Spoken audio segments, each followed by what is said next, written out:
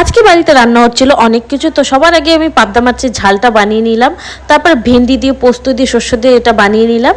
এটা বানানোর পর এদিকে দেখো চিংড়ি মাছগুলো ধুয়ে আমি লবণ হলুদ দিয়ে মাখিয়ে রেখেছি। মাখিয়ে রাখার পর চিংড়ি মাছগুলো এক এক করে ভেজে নিলাম। এবার ভেজে নেওয়ার পর আমি আলু পেঁয়াজগুলোও ভেজে নিচ্ছিলাম। আলু পেঁয়াজগুলো ভাজা হওয়ার পর এইদিকে বাটা মশলাটা দিয়ে দিলাম। বাটা মশলার মধ্যে আছে জিরে আদা বাটা, রসুন আর পেঁয়াজ অল্প। আর বাড়িতে টমেটো ছিল না বলে আমি টমেটো দিইনি, নাহলে টমেটোই দিতাম। এবার কিছুক্ষণ কষিয়ে নেওয়ার পর আমি এখানে টক দই দিয়ে দিলাম।